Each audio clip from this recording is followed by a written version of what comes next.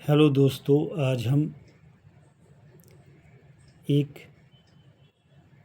Topic के बारे में चर्चा करेंगे और वो टॉपिक है सिंथेटिक सेल, जिसको हाल ही में यूएसए की मिनेसोटा यूनिवर्सिटी ने विकसित किया है।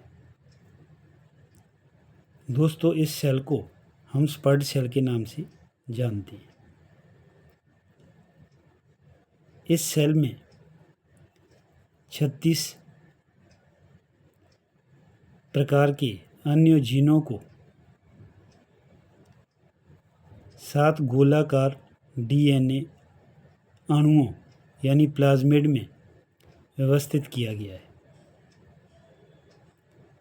इसमें कुछ जो जीन हैं वो ई कोली बैक्टीरिया से लिए गए हैं, कुछ जीन बैक्टीरिया के संक्रमित फेज से लिए गए हैं और एक सेल इसमें जेलीफिश के फ्लोरोसेंट प्रोटीन से लिया गया है ताकि हम इस सेल को देख सकें, इसको हम माइक्रो लेवल पे स्टडी कर सकें के लिए ये किया गया है। दोस्तों, ये जो सेल है ये ना तो पूरी तरह से लिविंग सेल है, ना ही ये डेड सेल है। कई प्रकार से ये जो हमारा नेचुरल सेल है उससे डिफरेंट है। नेचुरल सेल जो हमारा होता है वो स्वपोषी होता है, यानी उसको कौन सा न्यूट्रिएंट या प्रोटीन चाहिए वो खुद ले सकता है। इसमें ऐसा नहीं है। स्पर्ड सेल में हम क्या करते हैं, इसमें हम बाहर से न्यूट्रिएंट्स या प्रोटीन प्रोवाइड करते हैं। दूसरी बात है, जो हमारा नेचुरल सेल है वो क्या होता है, वो अवशिष्ट पदार्थों को वो क्या करता है, वो नेचुरली वो बाहर निकाल देता है। लेकिन स्पर्ड सेल में इस प्रकार का मतलब व्यवस्था इसमें नहीं है। तीसरी बात है कि जो हमारा जो नेचुरल सेल होता है उस पर इन्फेक्शन का ज़्यादा प्रभाव नहीं होता है। स्पर्ड सेल में हमारे को इन्फेक्शन का प्रभाव देखने को मिलेगा। माइटोकॉन्ड्रिया के इसमें कोई ज़्यादा योगदान नहीं होता है। इसमें जो सेल डिवीज़न होता है वो लिमिटेड टाइम के लिए होता है, यानी कि 5 बार ही इसमें सेल डिवीज़न हो सकता है। और जैसे नेचुरल सेल है उसमें तो सेल डिवीज़न आपका साइटोस्केलेटन जो सेल के अंदर का इंटरनल स्ट्रक्चर होता है उसके द्वारा होता है।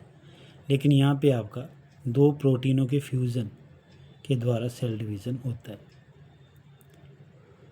स्पर्ड सेल में आपका क्या होता है, प्रोटीन की जो मेम्ब्रेन होती है उस पर जब प्रेशर पड़ता है तो आगे उसमें सेल डिवीज़न आपका होना शुरू हो जाता है। अब लेकिन यहाँ जो बात है वो सेल डिवीज़न की है। सेल डिवीज़न का मतलब ये हो गया कि हमारे शरीर में कुछ कोशिकाएं होती हैं, उनको हम पेरेंट कोशिका कहते हैं या सेल कहते हैं। उससे क्या होता है, हमारे शरीर में नई नई कोशिकाओं का विकास होता है। और जैसे हम देखें बायोलॉजी में 3 प्रकार का जो सेल डिवीज़न हमारे को देखने को मिलता है। एक एमीटोसिस होता है, एक माइटोसिस होता है, एक मियोसिस होता है। एमीटोसिस का मतलब क्या होता है, एमीटोसिस का मतलब होता है यह विभाजन किस में देखने को मिलता है, जो अनडेवलप्ड जो सेल है, जैसे हमारा बैक्टीरिया हो गया, एल्गी हो गया, प्रोटोजोआ हो गया। फिर हमारा जो माइटोसिस होता है वो हमारे को हमारे बॉडी सिस्टम में देखने को मिलता है, बॉडी सेल में देखने को मिलता है। उदाहरण के लिए जैसे मेरा हाथ कट गया तो कटने के बाद उसमें क्या होगा, उसमें घाव भर जाएगा और नई स्किन आनी शुरू हो जाएगी। तो ये आपका क्या होता है, ये आपका होता है माइटोसिस। फिर एक इसमें मियोसिस देखने को मिलता है। मियोसिस क्या होता है, ये भी एक प्रकार का सेल डिवीज़न है और ये हमारे को किस में देखने को मिलता है, ये हमारे को जनन कोशिकाओं में देखने को मिलता है। अब ये जो कोशिका है जिसके बारे में मैं बात कर रहा हूँ, अभी हो सकता है इसका, क्योंकि हम जो प्रारंभिक रूप इसका जो हमारे सामने आया है हो सकता है वो उतना विकसित नहीं है, उतना डेवलप नहीं है, पर फिर भी ये हमारे लिए एक बहुत बड़ा मतलब एक इसको खोज माना जा सकता है, क्योंकि इससे आगे हमारे को जैसे बायोलॉजी है, जेनेटिक्स है, या आपका जैसे मेडिकल साइंस है, उसमें कई प्रकार की डेवलपमेंट्स हमारे को देखने को मिलेगी। और ये मतलब अगर देखें जनरली आपका ये जो हमारा सेल है उसका ये काफ़ी सूक्ष्म रूप है, और इसका जो जीनोम बेस है वो आपका लगभग 90 किलो बेस्पियर के बराबर होता है, जबकि मानव शरीर का जो जीनोम बेस है वो लगभग आपका 30 लाख किलो बेस्पियर के बराबर होता है। तो ओवरऑल एक सेल है, और ये हमारे लिए मतलब एक बहुत बड़ी डेवलपमेंट भी है। तो यहाँ हमें सिंथेटिक सेल, जिसको हम स्पर्ड सेल कहते हैं, उसके बारे में पता लगा।